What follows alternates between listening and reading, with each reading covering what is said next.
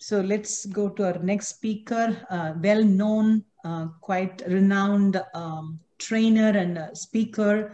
I invite Mrs. Akila Vaidyanathan. This is the second time, she's giving a lecture. And I'm sure all of you know her already as the founder and director of the Amaze Charitable Trust. And she's the founding member and member executive council of Autism Society of India. And she's conducted so many workshops and, lots of events. Yeah. Sorry, suddenly it's stuck. 1 second, please.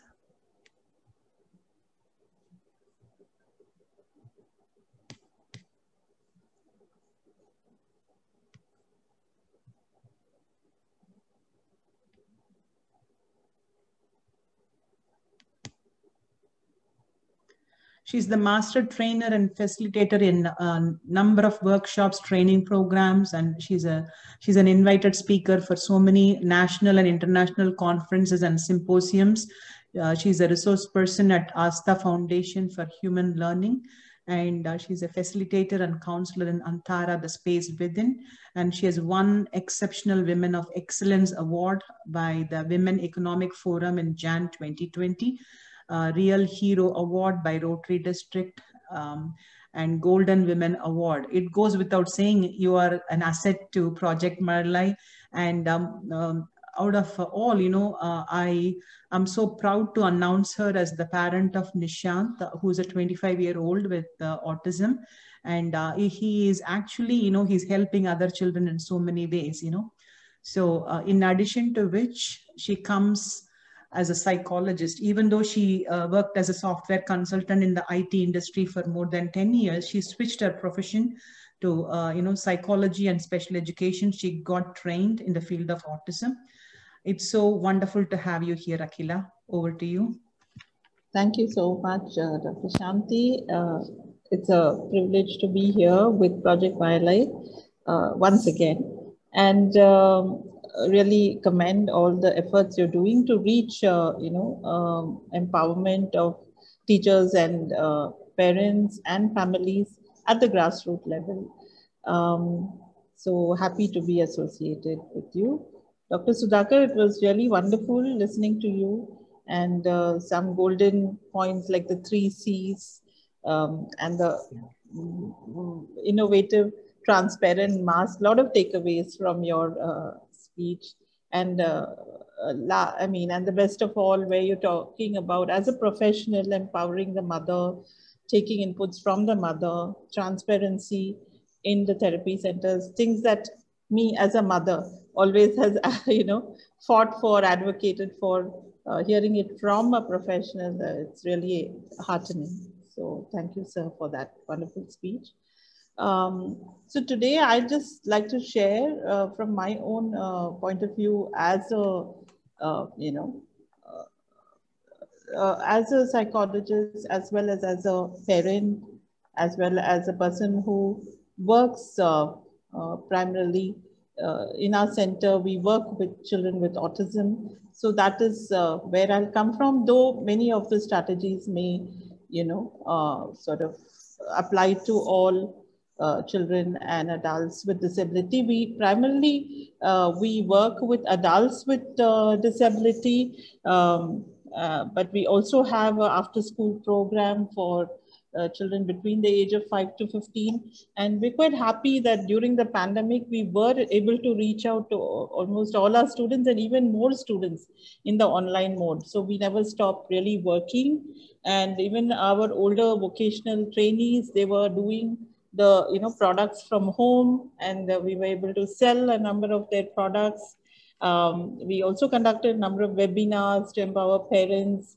I was doing a lot of counseling for parents. So during the pandemic, we took a little bit of time to readjust ourselves as an institution, I am saying.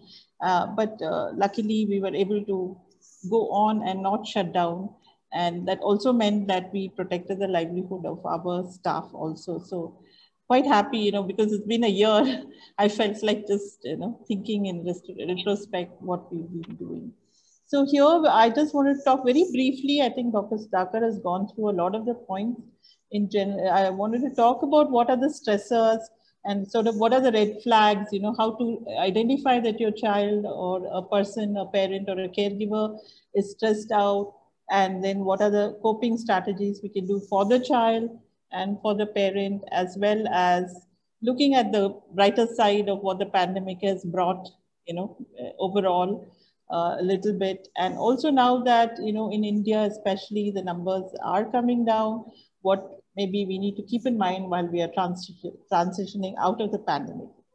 So the main stressors for children has been the loss of the familiar routine. Of course, now that has become the routine, staying at home. But more importantly is the lack of support, right? Many therapy centers are not functional. They're not able to access support or education or training. So also at home, they are left unengaged. If the parent is busy, not able to engage them, there is a reduction in fitness activities or overall because they don't go out. Maybe they used to go for a walk or cycling or to a gym. There's also lethargy, as well as, difficulty with, a lot of parents come up and say, you know, my son won't wear a mask, and or he doesn't wash his hands enough. So things like that, which then become a challenge to take them out. One second, my PowerPoint is not moving. Okay. So the red flags are that this is with respect to a child or a person with a disability. If there is an increase in challenging behaviors, the child is more lethargic, is gaining weight, there could be an increase in stimming, as we call it, or self-stimulatory behaviors, or OCD, or the obsessive compulsive disorder type of behaviors where repeating certain things, sleep issues, being on the screen always, not being able to distract the person away from the screen besides the legitimate online classes and all that. They all the time playing games or, you know, online. So these are the things, if you see your child, then you need to then be alert and say that I need to do something. The child is not coping very well. The first thing that I would suggest you do is to organize the space, whatever space you have. It may be a small house or a large house, to physically organize the space so that you have a workspace for the child, which is free of distraction. It could be just a corner in the room, facing the wall for a child who gets distracted usually. And even another corner, which is like a sensory or a play corner, so that the child can go and engage themselves in whatever sensory activities they like. It could be a few toys or a bean bag, a rocking chair, whatever it is. And then also, if you have a little bit of outdoor space, like a terrace or a balcony or something, to utilize that for a little bit of oxygen and fitness. So something like that, depending on the space you have, is something you would probably do first. And also have a space, predetermined space, where you can put up a visual schedule, which is very visible to the child and to yourself. So the next thing is to set up the routine. So based on the needs of the family and the rest of it, don't be over ambitious, I would say, because you also have to do everything. So based on the needs of the rest of the family and the needs of the child, we may need to set up a new routine for each day of the week. It'll really help for the child to know what they need to do every day, what is expected of them. And you need to not just have a routine for the therapy goals or the learning goals, but for everything. From the time they wake up to night, if you have like an early morning routine and then a mid-morning and then a afternoon, evening. So you can even break it up that way so that they know exactly what they're supposed to do and for how long. And it is always good to represent it visually for children with disabilities and place it in a prominent place, like I said. And daily, as a parent, if you can go through the routine and tell them, this is what is today's routine. Yes, it is Tuesday, but the onion class is canceled. It's at a different time. Informing them about changes, it really helps.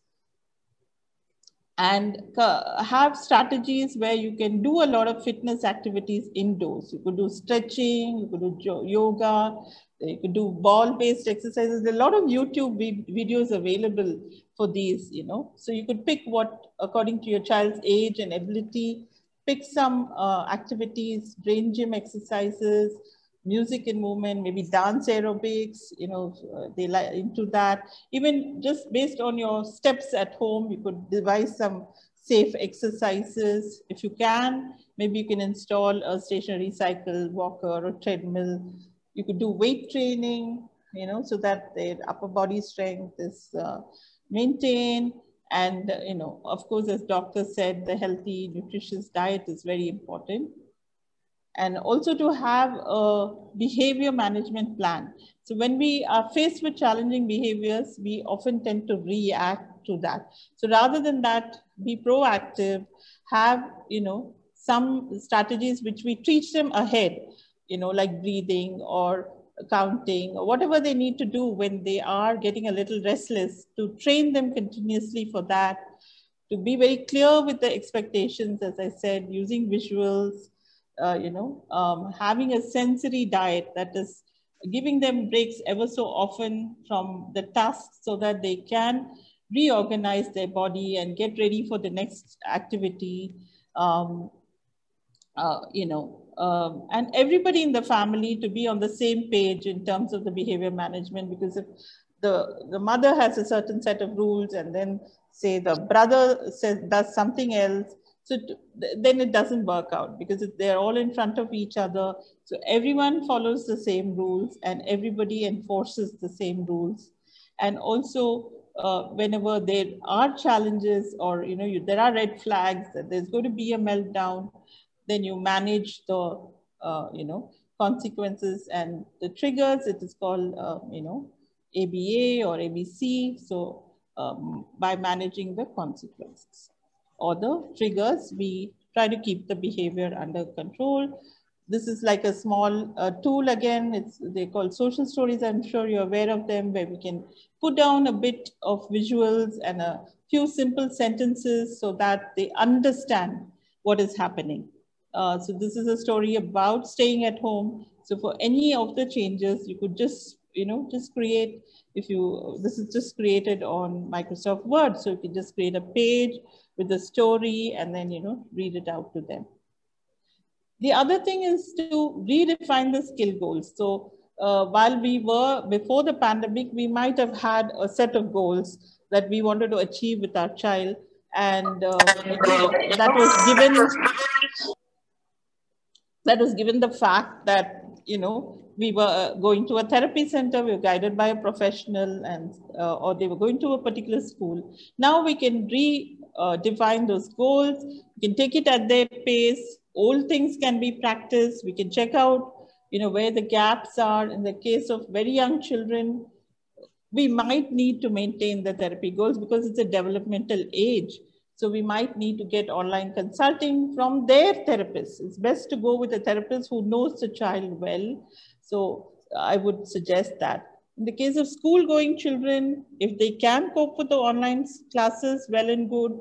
Otherwise, they may need to be homeschooled, and they may need to take it at their own pace, in which case the parent needs to probably get involved or support them with the online learning. In the case of older adults, they may need to find newer ways of engagement. They may have been going to a center, say the center they were making, say paper bags. But now at home, they're not able to do that, without the machine or without some supervision. Then we might need to find something that they may do more independently in order for them to be engaged more meaningfully. Yeah. And so for some of them, they may need to find online employment. Like one of the initiatives my husband has done is he started something called online bookkeeping services, where he's hiring adults with autism and training them in Tally so that they can do data entry for bookkeeping, online. And it's been successful with 4 or 5 adults. So we'll have to come up with new strategies like that. And we might need to also look at, new skills in based on their interest and ability and availability of resources. So one of the things the parents and the children have had to learn is online learning skills. How to log in, how to download, how, how to manage the connectivity issues. So all these technology related skills is something, we might need to help parents with. And parents need to seek help if they are finding it difficult. Similarly, the children also need to learn new skills about classroom behavior. For example, they need to learn when to keep their video on, when to keep their mic on mute, taking turns. How do they do that? So they may need some visuals also to, keep up with the online learning. They also, like the doctor was saying, need to learn a lot of pandemic related skills about keeping safe, washing hands, using a sanitizer, how to cough. They may have been coughing like, incorrectly. Now we really have to look at that, using a mask, not touching certain surfaces all the time, new way of greeting instead of shaking hands, saying namaste or waving, maintaining the social distance. So some strategies for all of these, like for example, if the child is not wearing a mask, one could use a timer where he just wears a mask for a minute or two at home, and you need to practice it and slowly increase the time so that they get used to wearing the mask, because this is something very important even post pandemic. Once the schools start, we still will need to maintain the safety protocols. So practicing it daily, using a positive reinforcement when they keep it on, using visuals, a lot of it available again on YouTube, social stories, like I shared earlier, and also maybe some desensitization, like, suppose they don't like something over their ear, we might need to look at some desensitizing of those areas so that they are able to keep the safety protocols. They also may need to understand about the virus itself, what are the symptoms, so that they can report it. Many of the children don't report their illness. So in order to make them aware of these symptoms being very critical, and they were having to report it, especially with adult children, we might not be monitoring them very closely. Also, they need to become aware that in case they become COVID positive, or if we want to test them, what are all the protocols? So children with disabilities need a lot of preparation. So if they suddenly have to go through these procedures, they may find it difficult. So we have in our curriculum tried to include all this as a teaching for our students so that they become aware of these processes. And we've created little modules for them to learn and remember these things and be aware.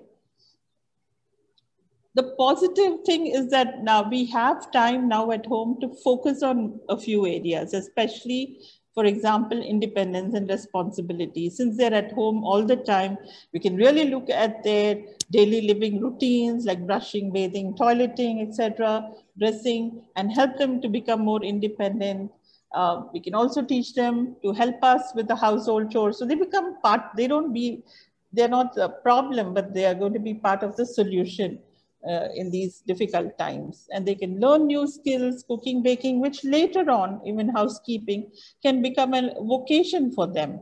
And they will also feel more confident if they are contributing members of the family. It's also a time, like doctor was mentioning, about connection and communication. So like in the picture, you can see they're all playing a game. So doing some family activity that can involve everybody, improving the communication day to day by talking to the child. So this is an opportunity where you have more time with the child to improve in these areas. Also, modeling, good speech, language communication can be done by the parents and family members. And for them to stay connected, to also schedule, because they may not initiate interacting with their school friends or teachers or relatives, to schedule these interactions via, so whatever media is being used is also very important. And even participation, they're missing out on participating in, say, sports events or, cultural events in their school. So to help them to connect through participating in online events. Also, there's a lot of time if the therapy goals have been met and they are have time on their hands, they can explore art and music, dance and yoga, cooking, baking. And in fact, if it's a new skill, you have access to the best teachers online now. So you don't have, you're not restricted to your area or your, town or something like that.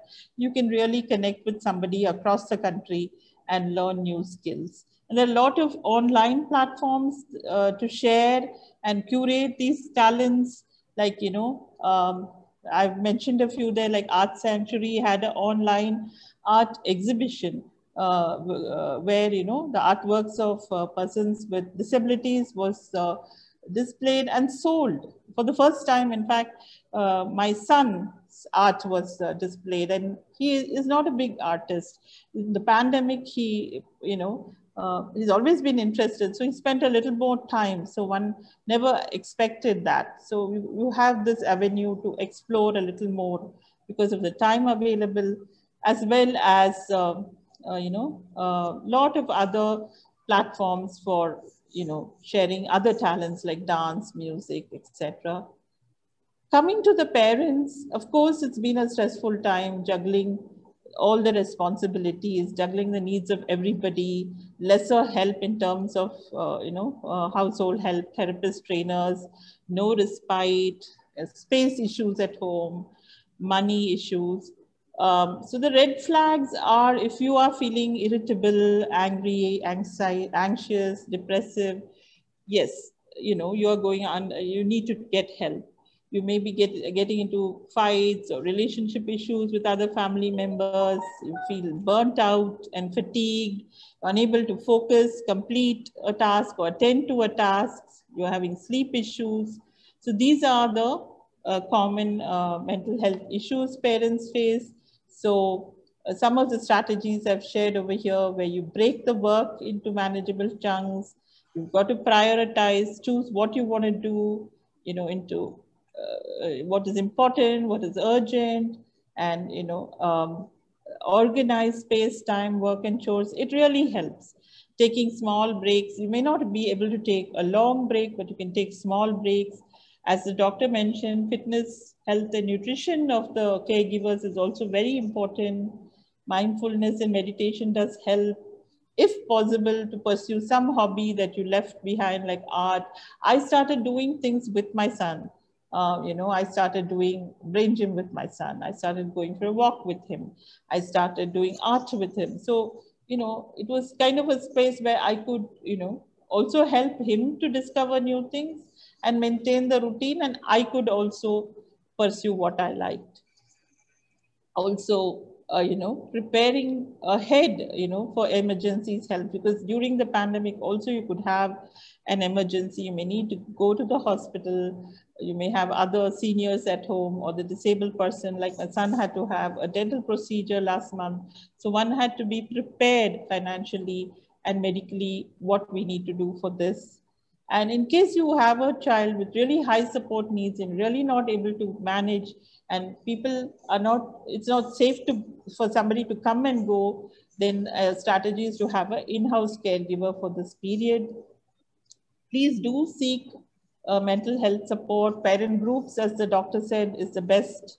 If you can find connections among parents to share solutions, to share, even that you had a bad day, it really helps. And then, of course, counseling, formal counseling also helps. Another thing that I've noticed is many families have moved back with their parents, or the elders have moved in, so that this helps to support each other in this period, as well as reduce the costs overall. So that may be another strategy you can think about. So the last bit is about transitioning out by starting some little outdoor routines, especially like walking, cycling, which are not a group activity, can be restarted.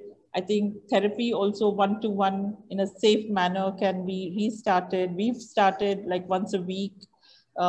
Students come and go now, so that they slowly start getting back to the routine, because suddenly they won't transition. They've now got used to staying at home. So going back to a full-time routine will be difficult. So we need to start again, certain things. practicing the corona related skills is very important, you know, going for a walk, because you need to wear a mask, you need to wash your hands and legs when you come back, use a sanitizer. All these things come by practice for our children. Also, if you've not visited the doctors in a year, please do, because your medication, the health status, the checkups need to be done. Otherwise, you end up in an emergency situation. And visiting safe, you know, social bubbles where people are safe, friends or relatives, is always welcome. So that's all I have to say. If you have questions, I'm ready to answer.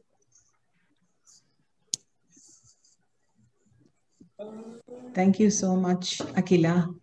Fantastic presentation as always. Very detailed, quite informative, brilliant ideas and innovative strategies. Very impressive.